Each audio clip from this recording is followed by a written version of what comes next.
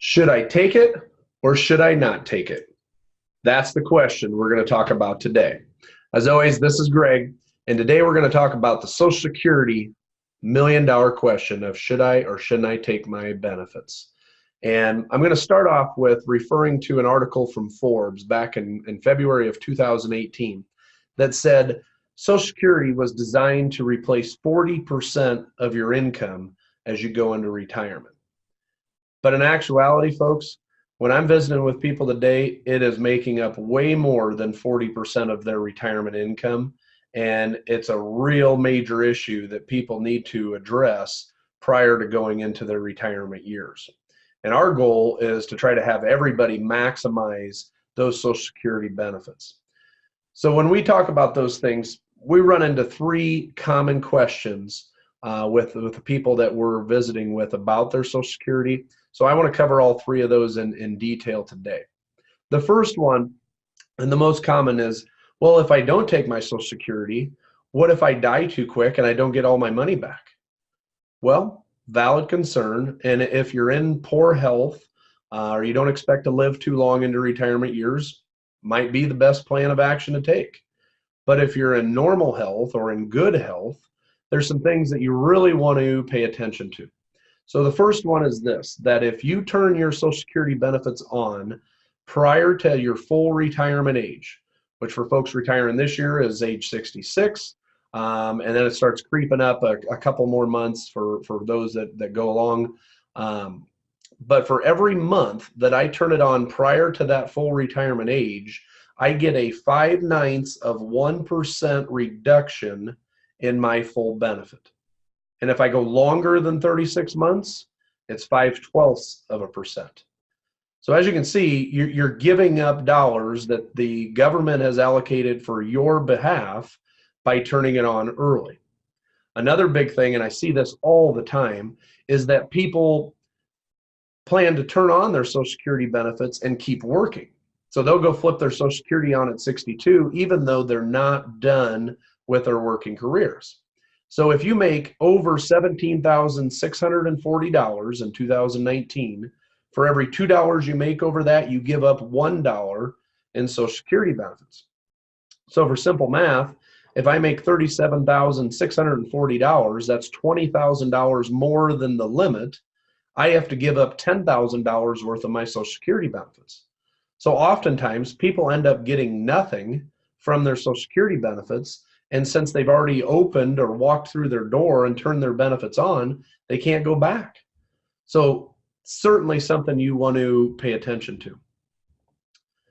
The second question that I get out there all the time is, well, shouldn't I take my Social Security and invest the rest of my assets to grow for me in my later years of retirement?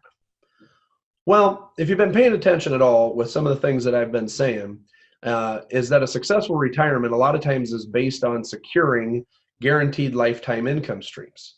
And more importantly, maximizing out the amount that you can get in those sources. So you could turn your Social Security benefits on at age 62 and collect that smaller guaranteed income amount if you wanted to. But I would argue, why not take your investment portfolio and figure out a way to spend that down over the next 3, 4, or 5 years and delay your Social Security, because the further out you go, the more benefit that you're going to receive. And in fact, for every year you delay turning your Social Security benefits on, you get an 8% increase in that amount of income. Now, I don't know about you, but there's nowhere on the planet that I'm familiar with that can give you an 8% guaranteed rate of return. I'm going to say that again, an 8% guaranteed rate of return on your income sources. All right. If you're familiar with one, please let me know, because I'd love to know more about it. But there's nothing that I have that I can offer our clients that type of return. So I would say it's a lot easier for us to make your money work for 3, 4, 5 years and collect that 8% growth rate than it is to spend your assets now because you have to, because you turned on a smaller amount of income from your Social Security. And the final question that we always worry about, or we get asked, is should I worry about my spouse when selecting my plan or selecting my date to start? And the answer is absolutely. You need to worry about your spouse because most retirement couples are counting on income from both people today. It's not like the old days where maybe one of the spouses worked outside of the house and one of them raised the kids. In today's world, everybody's got some sort of retirement income plan. So we need to take into account what's going to happen if I were to pass away for my spouse's Social Security benefits. And a lot of times this is overlooked. But what happens is the remaining or the surviving spouse gets to take the higher of the two benefits. So what we typically recommend is whoever's got the higher of the two benefits, you delay that start date as long as you possibly can. So if it's 68, if it's 69, if it's 70, you go as far out as you can so that you've maxed out one of your two Social Security benefits in the household. That way, if one of the spouses dies, you know you've got the highest amount possible from the benefits that you guys were given. So let's just use an example here. Let's say the husband has got a Social Security benefit at full retirement age of $1,500 a month. The wife has a full retirement age benefit of $2,000 a month. They're both ready to retire and they're both at their full retirement age.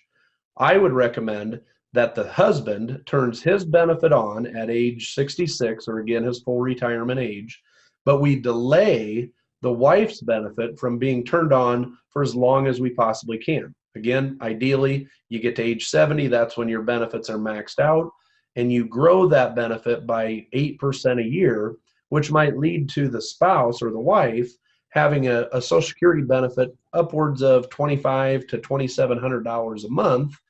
And that way, if one of the two spouses passes, the remaining spouse has that $2,700 a month guaranteed for the rest of their life. So what's the perfect case scenario? We fully understand that everybody is anxious to get those benefits turned on, but I really think it's vital to spend a lot of time doing some sort of a Social Security analysis to help you determine what the best plan of action is for you and your family. Being able to maximize out your Social Security benefits gives you the highest amount of secured, guaranteed lifetime income that you can never outlive. It grows by 8% a year the longer you can delay it, and it's going to give you and your family more of that clarity and confidence they need to retire comfortably. So pay attention to your Social Security planning and make sure you've got that dialed in before jumping into retirement or making that leap into your retirement years. Hope this was helpful, guys. Make sure to check back for more videos on how we're making this transition into your retirement years easier and easier. Make it a great day.